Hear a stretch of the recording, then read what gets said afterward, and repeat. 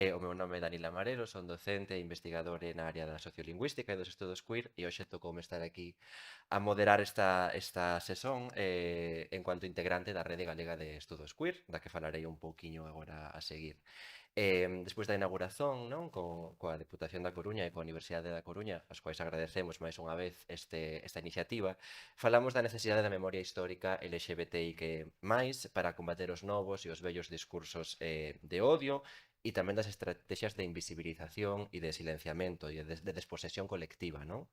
E tivemos tamén o prazer na primeira actividade de contar con Margarita Ledo e con Quique Costas para falarnos sobre eses primeiros xermolos, sobre ese quinquenio que dixo Quique, poderíamos falar en queerquenio, deses anos, desas sementes de vencer, non? Primeiras do movimento LGBT. E agora é a vez do Carlos Callón e da Ángela Lema, nunha sesión focada na historia, na memoria, na diversidade e na literatura, que é sempre unha parte moi importante na construción colectiva e identitaria. E nun percurso colectivo, ademais, que nos vai levar da Idade Media á máis absoluta contemporaneidade, nunha ambición de bastantes séculos. A través das nosas letras, do que ocultan, mas tamén do que mostran, do que sofreron de manipulación e do que ensayaron de emancipación colectiva, non? Paso rapidamente a presentar as nosas convidadas, e hai xa unhas semanas tiven o placer de convidar a Carlos noutra actividade, e dixen del que era unha persoa impresentável, a un absoluto impresentável, porque non no sentido común, no sentido máis literal, porque fai tantas cousas que se torna absolutamente complicado, non? Ten feito inúmeros contributos á nosa cultura, con publicacións, labor docente, roteiros, palestras, traballo asociativo, en fin, tantas cousas, non? E no caso da Ángela, tamén teño acompañado en diferentes lanzamentos dos seus libros, en encontros, de Ferrol ao Río de Xaneiro, e o meu labor hoxe é moderar a Ángela, esta persoa absolutamente inmoderada, desmesurada, excesiva, radical, ela, citando a súa obra poética tamén, diríase excéntrica. E impresentáveis e inmoderadas, temos aquí as nosas convidadas e moitas persoas que estamos aquí, non? Que facemos parte deses retallos e conforman a memoria diversa galega, onde cada día traballamos non só por coñecer, mas tamén por recoñecer, non? Ou voltar a coñecer literalmente, non? Referentes, mas proxetar tamén un futuro cara adiante de crítica, unha de esperanza tamén, non? Tamén unha crítica e unha resistencia que non se tornen tampouco resistencialismo, non? Para fuxir un pouco tamén desta apatía que eu creo que moitas veces é un dos principais problemas que temos neste país, non? Caer nesa apatía. E frente á apatía, pois o queer e a memoria tamén, non? Por logística, penso que o mellor é tal vez presento as dúas persoas agora rapidamente. Comeza o Carlos, ten uns 20 minutiños, logo a Ángela, e deixamos un tempo no final para coloquio e para preguntas do público e para que vos provoquedes tamén un pouco entre vos. Como falaba antes dese resistencialismo que acabo de comentar, gostaría de salientar o papel da Rede Galega de Estudos Queer. Ángela fai parte e penso que foi a propia rede que conectou a nosa vida, non? E a nosa amizade, e o Carlos sempre foi un dos referentes primeiros para todas as persoas tamén da rede, non? Pois esta rede, a Rede Galega de Estudos Queer, que vehicula un pouco moita parte dos estudos queer na Galiza a nivel académico, mas non só, nace durante a pandemia da COVID-19, nun contexto pois, de isolamento social e ante unha especie de necesidade de colaboración, de sinerxia colectiva, non? Había persoas que estábamos a traballar en estudos queer na Galiza ou sobre a Galiza desde lugares moi díspares, non? Estábamos nos Estados Unidos, Ángela pasou despois por Barcelona, onde nos encontramos. Entón había pequenas illas, non? De estudos queer con intereses diversos, mas estábamos absolutamente descoordenadas, algo que acontece moito neste tipo de questões. E o sentimento de soidade era un elemento bastante importante. Entón aí queríamos non crear un espazo que legitimase, que dese sentido e que nos axudase a estar conectadas frente a ese cuestionamento constante dos estudos queer, non? Do queer como algo que non pode ser serio, que non pode ser académico, e traer para o debate público un pouco este tipo de aspectos. Entón, este espazo borra, de alguna maneira, apaga as fronteiras entre activismo e academia. Temos persoas que estamos na academia e persoas que están facendo todo tipo de investigación cidadá, por exemplo, con outro tipo de entidades como cooperativas sociais, non? E temos, claro, un forte elemento de transversalidade, interdisciplinaridade e multiplicidade de perfis. Temos xente traballando sobre estudos queer galegos, non? En historia, en literatura, en socioloxía, lingüística, psicoloxía, bioloxía tamén, educación e pedagogía, que é unha parte importante, xornalismo, non? E somos, pois, algunhas persoas, un grupo bastante nutrido, non todas tan activas como gostaríamos, mas, bon. E este espazo, pois, basicamente abre un debate honesto, aprofundado, con perspectivas teóricas diversas e cun intuito que penso que tentamos, con todo o noso interese, que abordar ou crear ou discutir a posibilidade dunha corrente puramente galega de estudos queer, non? Uns estudos queer que non estean satelizados polo que se fai dentro do Estado español ou en español, nin polas referencias máis anglosaxónicas en inglés e demais, senón unha corrente puramente galega que ten inspirado, isto hai que dicilo tamén, outro tipo de redes noutros territorios como Cataluña, como Andalucía, etc.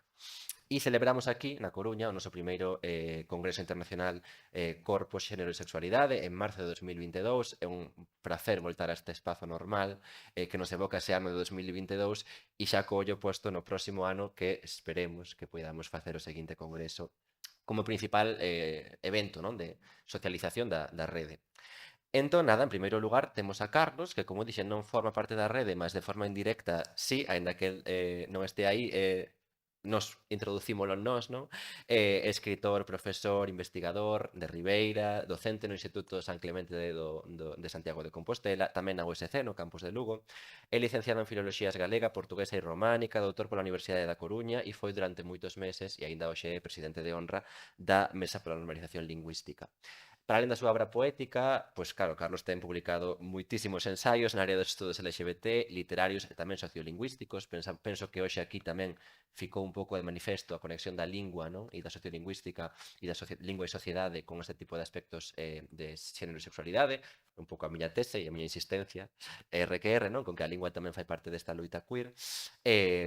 Publicacións como En castellano non hai problema, 2010, Amigos e sodomitas, a configuración da homosexualidade na Idade Media, 2011, que deu base un pouco ao libro de hoxe, que falaremos agora, Como falar e escribir en galego con corrección e fluidez, 2012, máis recentemente o libro negro da lingua galega, que foi un exercicio de erudición moi intenso, e máxicamente Bella eternamente nova, a literatura tradicional galega de 2025, que un pouco por causa das letras, mas como é infatigável, e como dixen antes, impresentável, tamén neste mesmo ano fixo outro libro, que é este libro que temos aquí, que está a circular polo público, que é o Vidas e Historias LGBT na Idade Media, onde con base en textos galego-portugueses desa grande tradición trovadoresca, mas tamén con críticas a, por exemplo, as teorías de Foucault, non? Que insistían na homosexualidade como a categoría que nace no 19, pois Carlos tamén cuestiona un pouco esas leituras moi, ás veces, reduccionistas, mostra as vidas e obras LGBT nunha época tan aparentemente pouco LGBT como pode ser o medievo, non?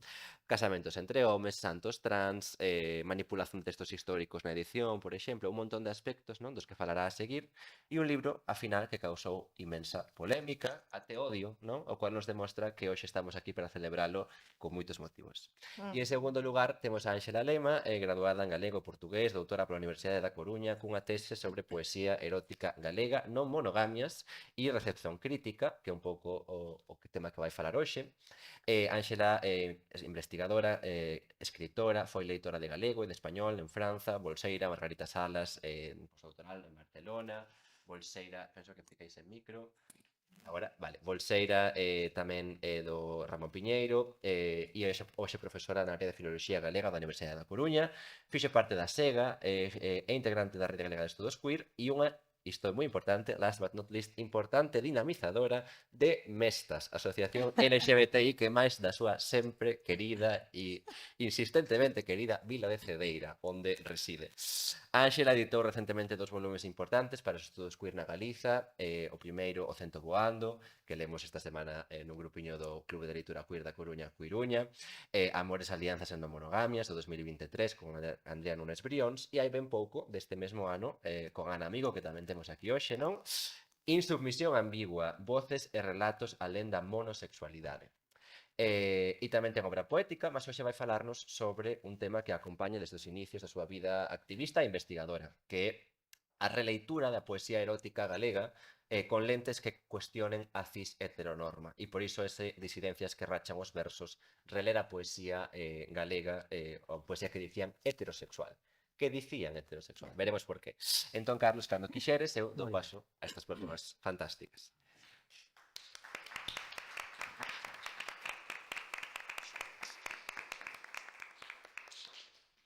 Moi ben. Pois, non, para me lembrar eu esta nota, non é?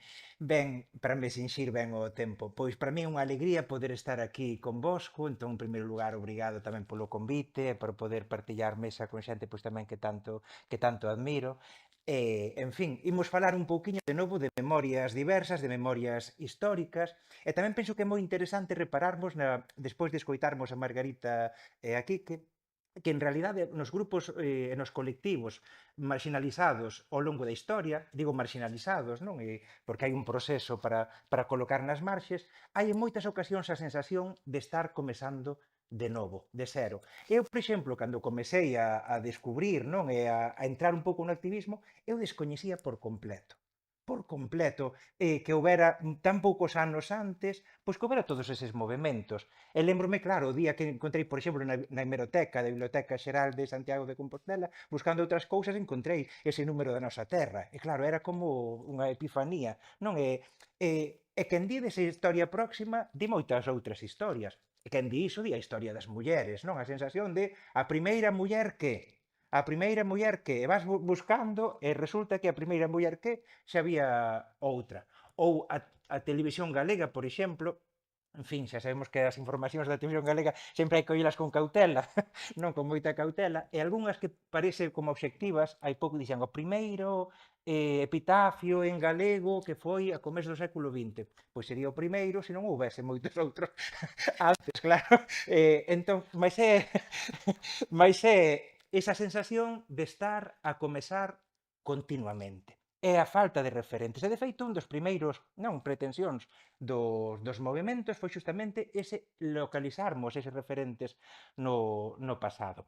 Eu, na adolescencia, pois, ao mesmo tempo que me ia namorando da cultura galega e que me decataba de que había algo en min que non era normal, xa que estamos non, no que na época pensaba eu, non?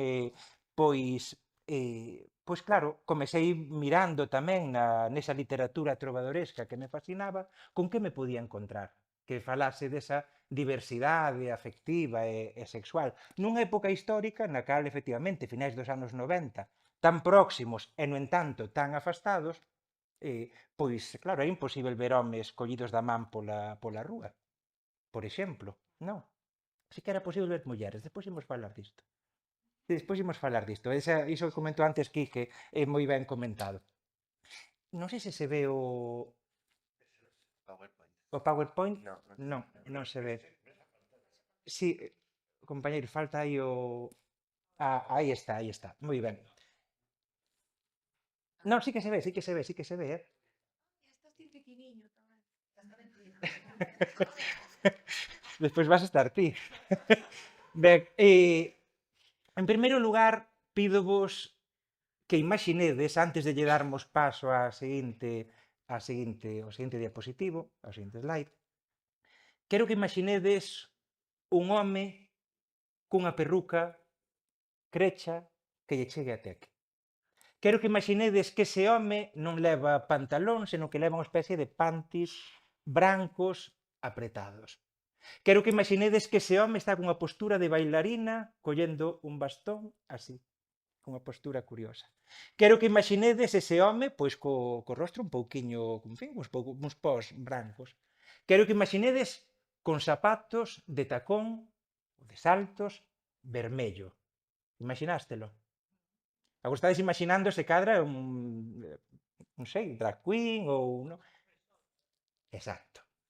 Exacto. Margarita acertou, no? Para a xente que está no streaming. Aplauso. Mais permítenos ver moi ben efectivamente, este famoso retrato do Rei Sol, como a sexualidade, non é a diferenza entre o... Hai elementos da sexualidade que son fixas, que son, non é, sexa a nivel individual, sexa a nivel colectivo, a cuestión sería repararmos caso por caso en cada persoa que é esa fixeza, porque non sempre é a cuestión da escolla de obxecto sexual, efectivamente, aí Ángela ten advertido, non? Pois que temos que deternos ben, escoitar ben o que esa persoa di, non, o que é o máis difícil de todo, que é tentarmos colocar entre parénteses os nosos coñecementos para non levarmos os nosos prexuízos ao texto, tentar entender no que o texto di. Hai algo fixo, mas tamén hai algo cultural. É un poquinho como a gastronomía. Comer, necesitamos comer sempre, en todas as épocas históricas, mas os gostos modúlanse, non? Entón, nesa pretensión de tentar observar ben o que os textos din en cada momento histórico, pois eu detíveme nesta ocasión, levei uns cantos anos facendo, pois na parte medieval. E a parte tamén é moi interesante repararmos como galegos e como galegas no tesouro que temos. Como se non estudamos este tesouro, se non o pomos en valor, estamos perdendo moito nós mesmos, nós mesmas, e tamén está a perder o mundo, porque hai algúns ángulos de coñecemento da Idade Media sen os cales, sen a luz que ofrecen os nosos textos medievais, perderíamos moita información. Moita información, por dar un dado. A metade dos textos literarios en romance escritos con temas lésbicos en toda a Europa medieval, a metade están escritos en galego-portugués. Dos que coñecemos até o momento, quero matizar, porque pode ser que apareza algún aí, non? Estamos recoñecendo o pasado cada vez máis. No entanto, reparemos niso, non son montes, non son moreas, mas son, e dan información moi interesante e moi importante, non? Por exemplo, esta cantiga.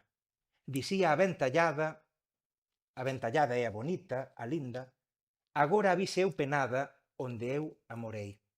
A ventallada dicía, penada avise eu un día onde eu amorei. Que se avise eu penada non sería tan coitada onde eu amor hei.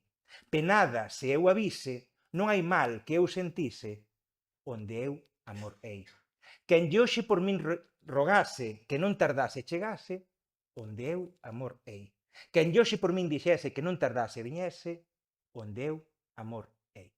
Esta cantiga, claramente, a primeira lectura é unha muller que fala do despeito por outra muller. Que acontece? Que a maioría das edicións desta cantiga, sabedes que os cancioneiros profanos estiveron perdidos moito tempo, non?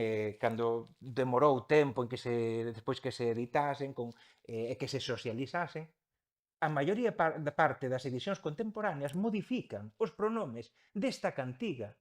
É aí onde aparece agora avise eu penada, poñen agora o vise eu penada. Os primeiros en interpretar en esta cantiga como lésbica son todos os editores que a modificaron, unha após outra após outra. Reparade no seguinte, non fai falta ser non un filólogo aí moi experimentado, unha filóloga moi experimentada para reparar aí. Penada se a eu vise. Aí pon penada se o eu vise. Non, é un A clarísimo. Clarísimo. Non, en vez de, na imaxe de abaixo é doutro cancioneiro, tamén clarísimo. Hai outras partes nas cales nos custa traballo diferenciar se é un A, se é un O. Vedes abaixo que pon tamén guardado ou guardada. É un O redondo, orbicular, cilíndrico, en fin, podemos porlle todos os adxectivos. Por que o coloquei? Porque outro exemplo de outra cantiga na cal modificaron, neste caso, un amante masculino que se queixaba doutro amante que Don Tiso Pérez quero xeu ser guardado do trebello seu. No?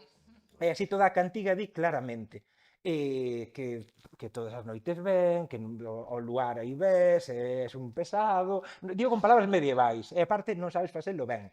Iso é do que se queixa a cantiga. Non, mas nun comezo a cantiga editárona como ese guardado como guardada. É redondísimo, non hai dúbida. Entón dixeron que era unha crítica contra un mal amante. Cando alguén dixo, xa hai anos, en realidade é guardado, non imos colocalo ben. Entón, cando alguén avisou diso, que dixeron? É unha sátira contra a homosexualidade. Como a sátira é unha sátira contra un mal amante, non? Esta cuestión de repararmos ben nas cantigas. Acontece con moitas outras cantigas que tamén se nos indican como sátiras contra a homosexualidade. Eu, un dos capítulos do libro, levei anos na investigación, fixen a miña tese tamén sobre isto, mas depois levei anos en tentar dixerilo e facelo o máis comunicável posible. En fin, comento aí varios outros exemplos, mas tamén un dos capítulos é por que o chaman homofobia cando queren dicir pasivofobia. Non? Porque hai textos nos cales non hai unha crítica contra a escolla de obxecto. O que hai unha crítica contra os pasivos, mas é diferente. É diferente, que aí nese sentido beben aínda da antigüidade, non? Que, de novo, observarmos, repararmos en cada texto que hai de continuidade dos séculos e que hai de innovador, que hai de diferente.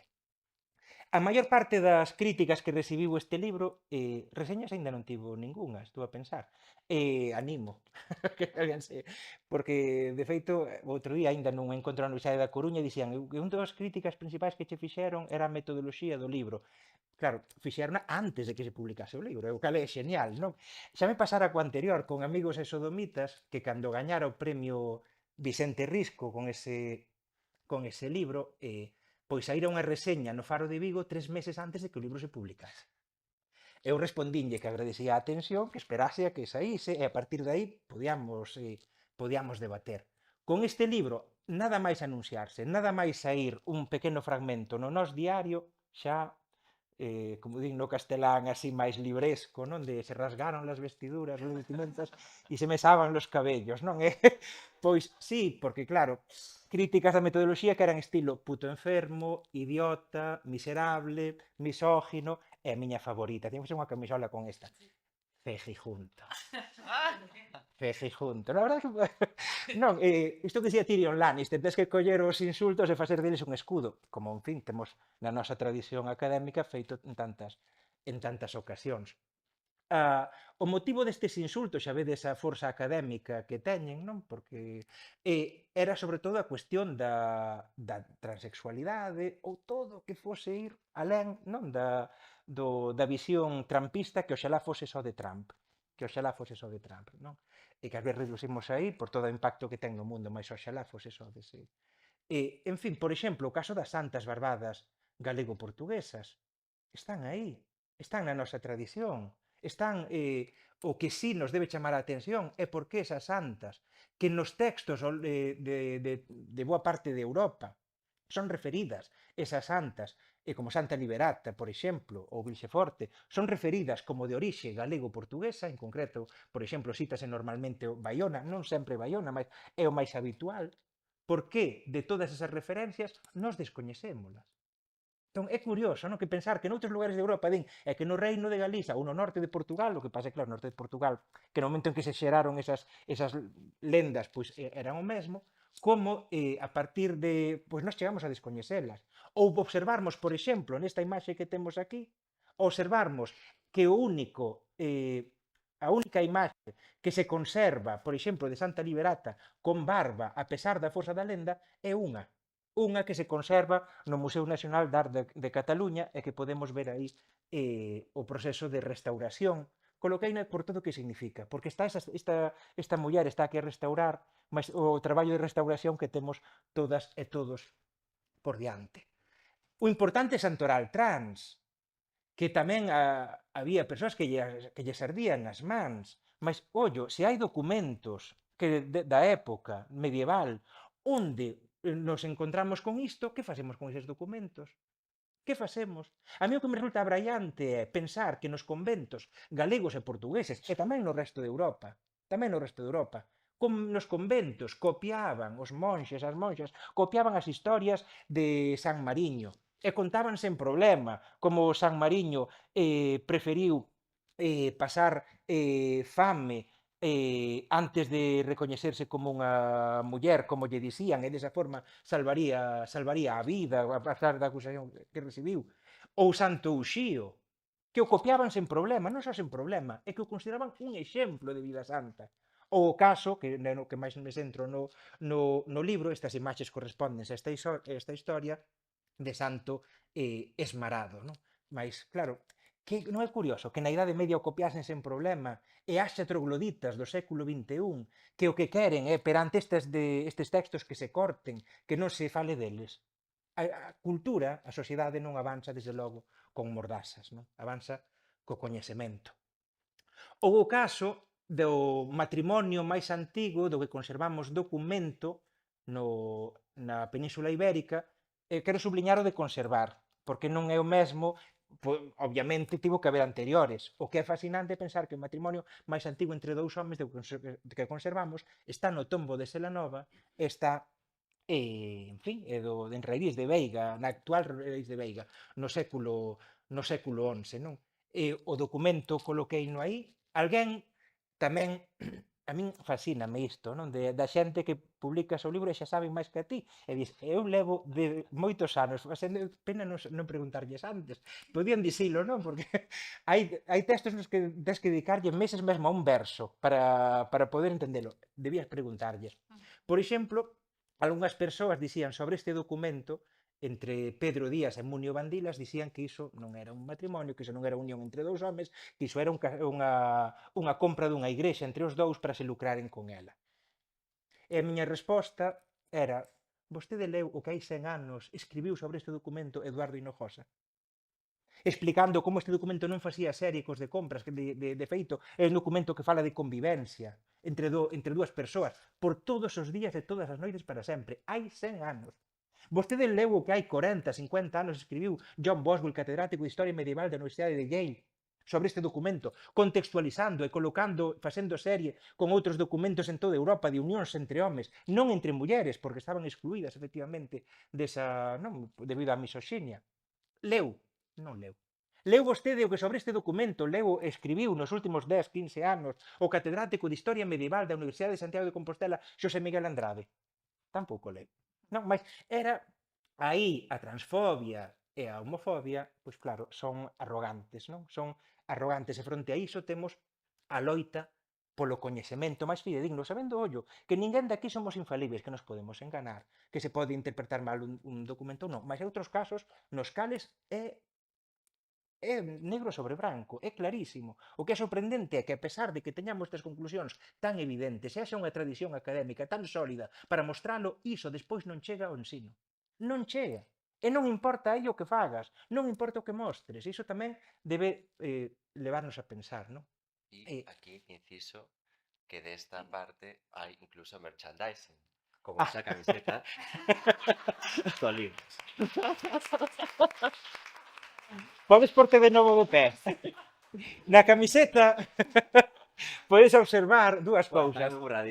Por un lado, podedes ver a frase isto non estaba preparado, mas ou dixemos que sí, que é a frase todos os días e todas as noites para sempre, que é do documento de Saranova, e vedes tamén aquí unha lápida dos séculos, podes sentar xa, que tamén está aí proxectada, só que aquí está reconstruída e pintada, e unha lápida que se conservou en Taragoña, e que tamén pois iso, dun afecto entre dous homes polos séculos dos séculos, mas que nos mostra de novo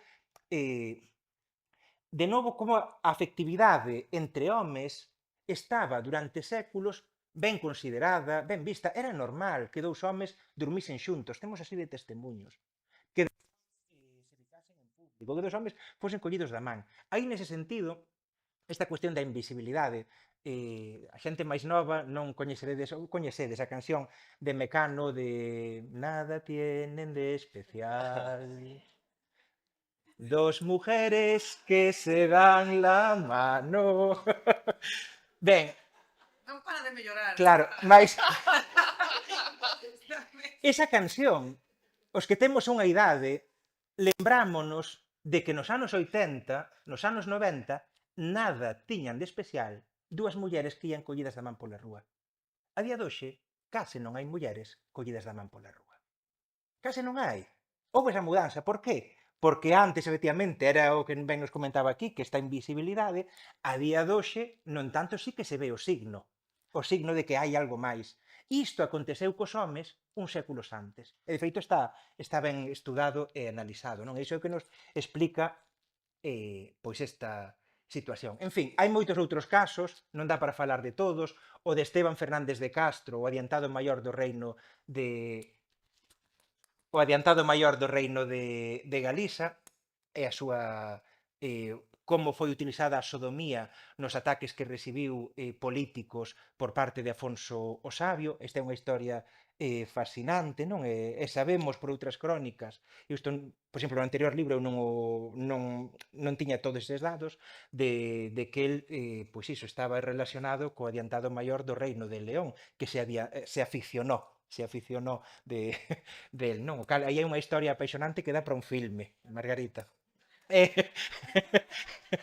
Nada.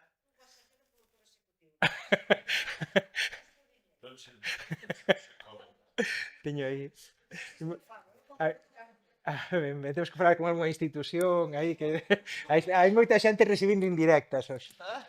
Mas, en fin, quero terminar xa coa cuestión de que son moitos exemplos que poderíamos pôr de que temos unha historia adulterada, falsificada, e que aquí estamos xustamente para tentar restaurar e coñecer mellor este pasado. En fin, a pesar de tanta falsificación, tanta adulteración, tanta mentira, a verdade fura as paredes.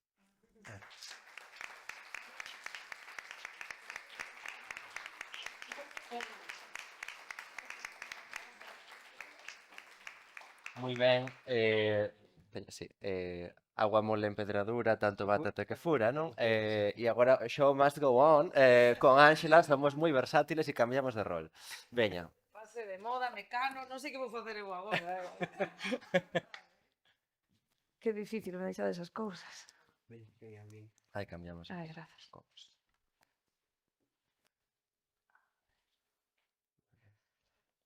Vale, aviso. A miña non vai ser tan divertida, pero...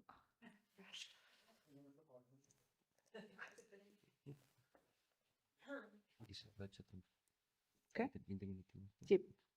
Vale. Ti avísame todas formas. Vale, hola. Bo día. Antes de nada, quería agradecer a Eva que tivese a ben contar comigo hoxe. De verdade que me fai... Parece que o típico que se di, pero que me fai moita ilusión, porque admiro profundamente todo o traballo que fai Eva xa desde hai moito tempo, concretamente esta liña de memoria diversa. Feliz de estar aquí e de ver tantas caras queridas, tanto no público como na mesa. Ben, titulei a miña intervención que vou facer agora Disidencias que rachan os versos, reler a poesía que dicían heterosexual. Vou ir explicando isto, non? Eva pediume que falase de poesía LGTB dun período non concreto, como poden ser os anos 70, 80, 90, e a verdade é que eu estou máis habituada a traballar ca poesía máis recente, non? Mais imos ver que encontrei por aí, a miña proposta é a ver que vos parece, non? Entón, claro, se pensaba na poesía des 70, 80, 90, non sei se sabedes que a poesía dos 80 90 é catalogada na maioría das historias da literatura galega como falas en termos de boom da poesía erótica feita por mulleres, non? Estes son algúns dos títulos que identificamos non nese período, que coñeceredes moitos deles como Pornografía, Lupe Gómez, Metáfora da metáfora, temos aí tamén a Xela Arias, non? Foi como todo un xermolar, non? Desta poesía feita por mulleres, non? Que pasaron de suxeitos pasivos a suxeitos activos, non? Da erótica, do prazer, non? Que sempre eran ditas por voces homes, non? Mais que por fin tomaron o control da palabra, non? E querían decir a sexualidade nos seus propios termos, non? Que pasa? Que cando empezamos a ver os traballos que hai, non, sobre esa, non, como se leu, como se recolleu nos traballos teóricos, non, esa poesía deses tempos, deses anos, non, encontramos un traballo mega referente para moitos de nós como Noses Inadaptades, non, e Chus Nogueira dinos aí, non, que sí, que nos anos 80 estivo marcado por un proceso de actualización que visaba renovar unha literatura condicionada por circunstancias políticas adversas e que nen sempre, favoreceu o surximento de voces non heteronormativas, non? Entón parece, como así foi recibido e catalogado pola crítica, non, que estas obras publicadas nestes anos e sempre vencelladas, non, a conceptos como transgresión poética, rupturismo da erótica, non? Parecía que a pesar de todo iso, non? Como reflexiona Chus Nogueira, que non se supera a heteronorma, non? A min parecíame un pouco raro. Ben, a miña querida Elena González, que isto non é para botarllo de encima, xa falei con ela 1000 veces disto, non? Di, se a memoria non me engana, só unha autora coñecida como Queizán declarou o carácter lésbico dun dos seus libros de poemas xa desde o título, Despertar das amantes, non? A min tamén me sonou un pouco raro, como... Cando falamos de poesía lésbica, de que falamos, non? Quero dicir, necesitamos que apareza nun título marcado en femenino plural para poder falarmos de literatura lésbica? Non sei. Ben, entón, claro, Claro que encontramos esas lecturas posibles en chave lésbica, non? Como nos sinalaba ben Elena González, non? Como este poema... Traio vos moitísimos textos, porque ás veces cando falamos de literatura non falamos dos textos, estamos só no plano teórico, entón traio un mogollón de textos a ver cales nos dá tempo a ver, vale? Entón, claro, lemos este poema maravilloso, non? De Pracer, non? Que di: o goce chega desde o mesmo volcanciño e no ardor solta paxariños que voan e voan, recorren o ventre, rozando coas asas de abaixo arriba, de arriba abaixo e saen pola boca en chíos, non? Que a mí en parte pareceme tanto do que eu leo incluso en chave non monógama do noso cento voando, non? Maravilloso, non? Este poema de Queizán. Mais xa digo que, a pesar de que sí que se asumía, non, que había unha erótica rupturista transgresora, parecía non superarse esta visión non heterocentrada, non, da poesía deses tempos, non? E claro, por un lado eu tiña o que decían as teóricas deste tempo, non? E despois eu tiña as miñas lecturas, as miñas interpretacións como lectora de poesía, non? Eu son unha tola de Lupe Gómez, non? Entón, claro, eu cando me sentaba a ler Os teus dedos a miña braga con regra ou Pornografía, decía, claro, por un lado está o que din e por outro lado a experiencia que eu teño como lectora, non? Entón, claro, eu encontrome con textos como Cerámica, construímos o sexo cos nosos dedos, ou Corro polo teu corpo, Viaxo sen sentido, ou Mentras me fas rir, entras cos teus líquidos na miña braga e mollase de sexo e auga, non? Entón eu aquí digo, quen me di a min que eu non podo ler isto en chave lésbica, ou en chave gay, ou en chave bi, que nunca existe, non, isto? Entón, claro, estas lecturas son lexítimas e son posibles. E como podemos estar falando dun poemario como Pornografía, non? Que sempre transvestismo poético, ruptura, non sei que, tal...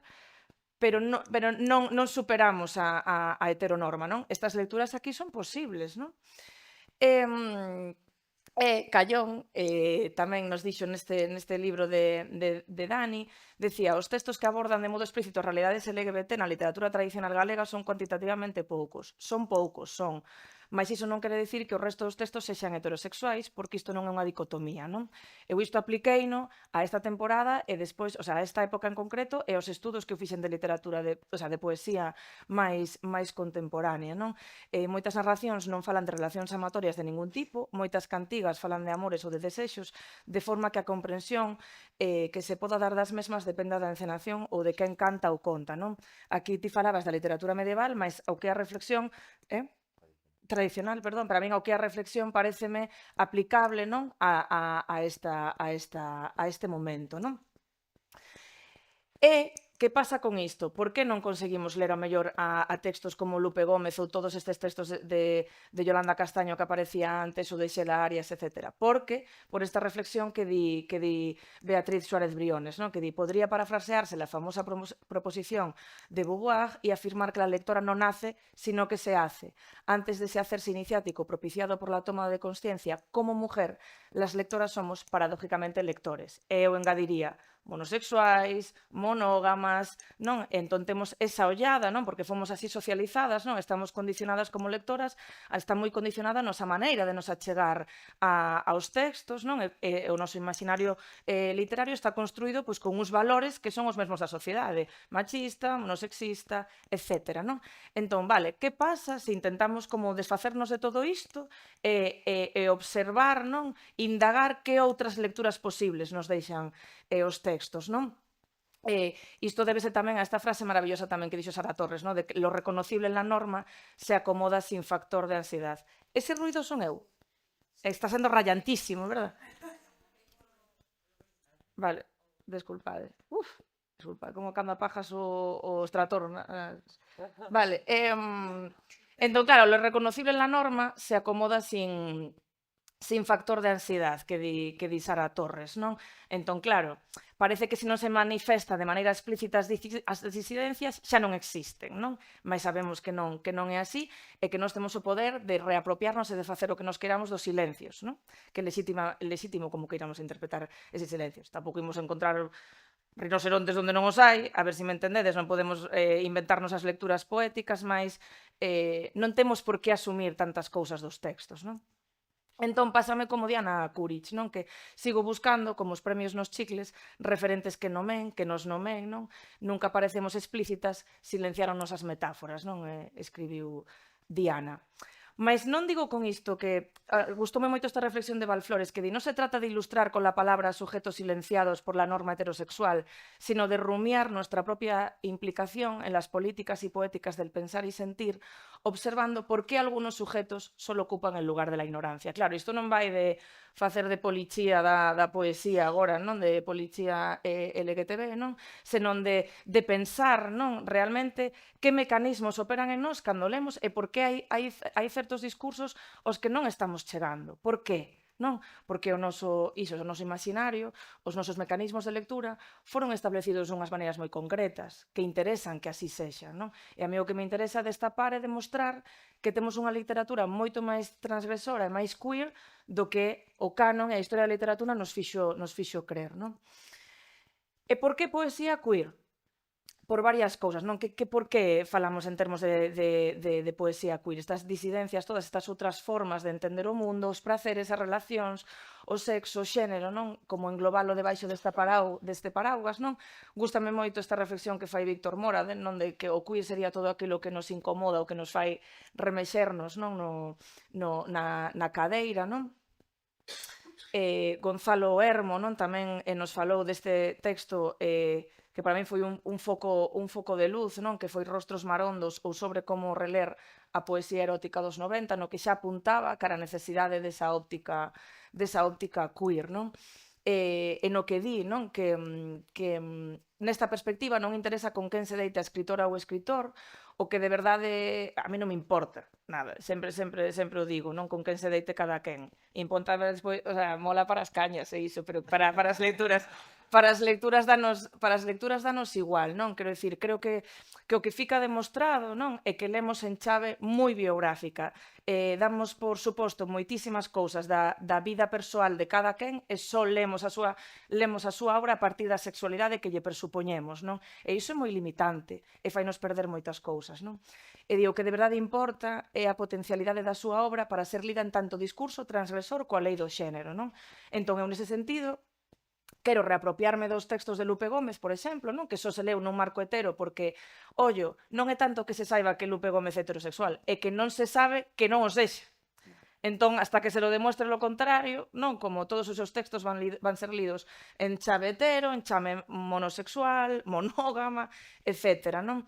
Entón, se pasamos disto, por certo, que cando falabas ti da traducción, claro, non son medievalista ni moitísimo menos, non? Pero deste modificar os textos, non? E que nos limitan as lecturas. Iso vémolo, por exemplo, se atendemos ás traducións da poesía galega que se fan, porque se lemos a Lupe Gómez en francés, vemos a interpretación deses mesmos textos que fixo a persoa que traduciu, que é unha persoa que efectivamente leu en chavetero e que xa nos dá pistas, non, de que é unha lectura, porque claro, o galego é moi rico porque non ten tanta marca de xénero como o francés nese sentido, non? Entón podemos escapar moito máis e as lecturas son moito máis abertas e plurais.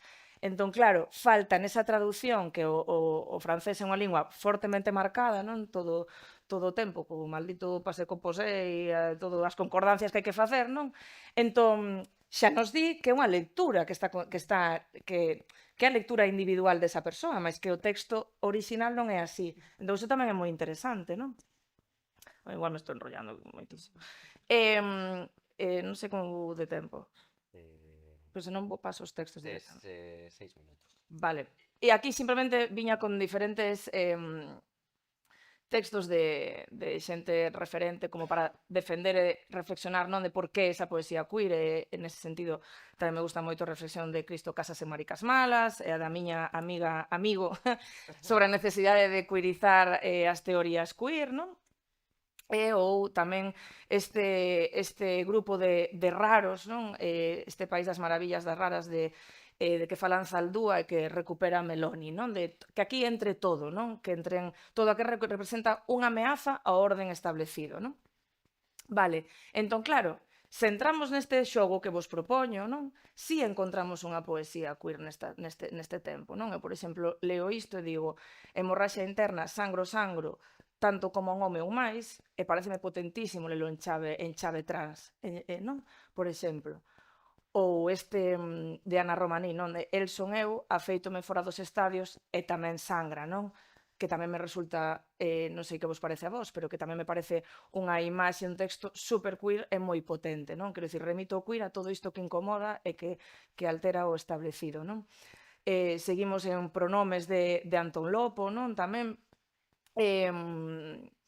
pero como teño pouco tempo, e teño máis de pronomes de Antón Lopo, non? Por exemplo, di, ela era el e sempre se tivo, aunque sempre se buscase, como se desde nena estivese perdida e os enigmas levasen o seu nome. Se vedes o texto, non? Tamén é moi interesante lelo en chave trans, o disforia de xénero, non? De ver como alteramos os códigos, non? E tamén porque non temos por que ir, non só a sexualidade ou o xénero emerxe en textos que especificamente poeticen ou traten diso. Eu tiña forza para tirar o balón, pero non por iso era un neno, non? Eu xa xoguei con estes textos en clase e nunca se lé desde o punto de vista dos roles de xénero, mellor que sería interesante ler isto, non? É que non sei, non me vai dar tempo a ensinarvos todos os textos que traio, pero, por exemplo, non me dá tempo a lérvolo porque é moi longo, pero para min este texto de Luisa Villalta é potentísimo, é maravilloso, para min ten unha lectura queer clarísima, non?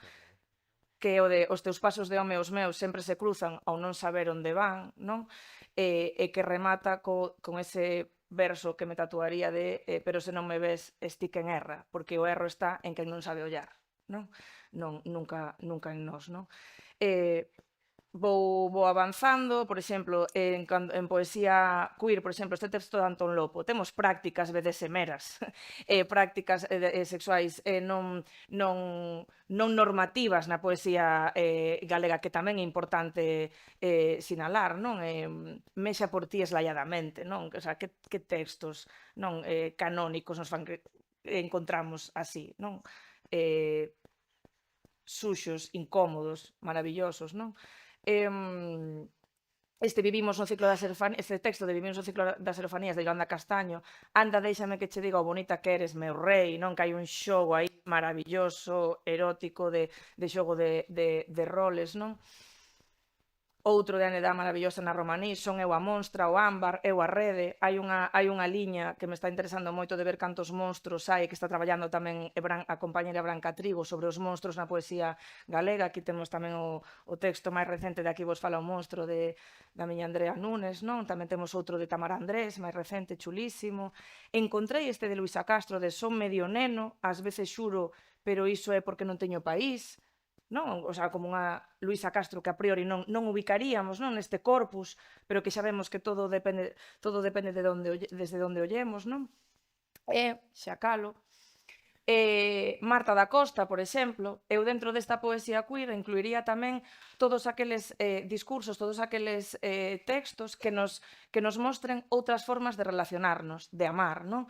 Que hoxe en día falaríamos desde as non monogamias, non? E para min, cando descubrín este texto de Marta da Costa, pareceu maravilloso, non? De por que nos empeñamos en seguilos e estar a ben cos que nos queren respetar, cos que non queren respetar o que amamos. Quizáis o noso amor é máis grande que o seu e por iso poderíamos aceptar o que impoñen. Pero xa non foi iso que nos procuramos e construímos sempre un mundo diferente. E hoxe que outra pedra engadimos á casa, buscan con impaciencia a lei que nos doblegue, non? Que me parece maravilloso este texto de Marta da Costa, ou este de Xela Arias que é super o cento voando, que sabemos da única dependencia desexable a tolerar na revolución pendente aquí na constelación do afecto, e que esa imaxe da constelación do afecto non é, por favor, maravillosa. E xa calo. Obrigada pola vosa atención e como sempre que estamos así con microfonadas ou tal, sinto que temos unha responsabilidade pois altri non e viva Palestina libre.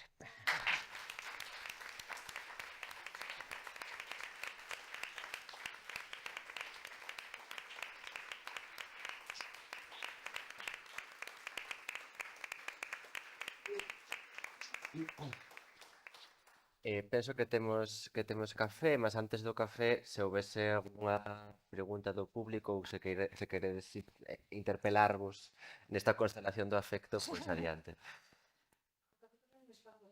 Para continuar as conversas, sí, mas bon, que se alguén quixer comentar alguna cousa. Que se pode Villalta, sabe, prefiro condenar na miña última peli, A miña peli máis recén e fai a performance Mónica de Nut. E é a parte central. Pero se non me ves, estique en guerra. Por 2 veces se repite, pero tes que ver a peli, eh?